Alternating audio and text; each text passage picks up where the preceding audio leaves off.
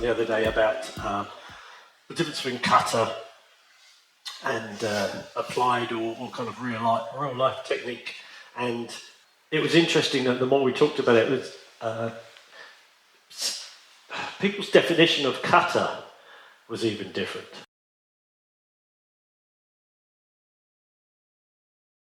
So they're trying to have a conversation about kata when people refer to it in different ways. For me, a lot of the basic techniques within Aikido are kata. They are a set of movements to help you understand a principle. For other people, they are things that you would actually do exactly in a real situation. And having pressure tested a lot of the traditional Aikido techniques, that's, well, not just Aikido, lots of traditional martial arts, they're katas. You can't just do, and expect to win a fight. They're processes, they are routines, if you like, that teach you some biomechanics in response to something, and then you've got to use those appropriately, if that makes sense.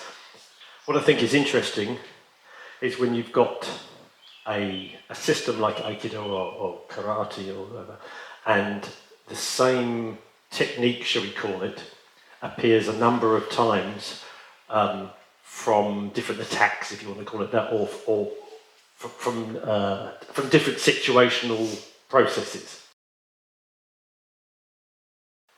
What's the use of those? The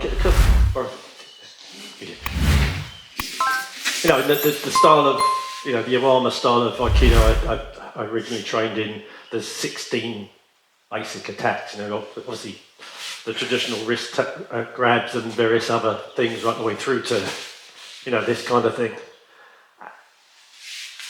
And supposedly you can do nearly all the techniques from all of those attacks. But the thing is, some of those attacks are so unlikely. Anyone with a kind of questioning mind, you kind of think, well, why am I, the kind of the running around and... Now I get at one point you're trying to stop someone draw a sword or whatever, but in North Auckland that's really unlikely. Not as unlikely as it was, unfortunately, but yeah. So, why?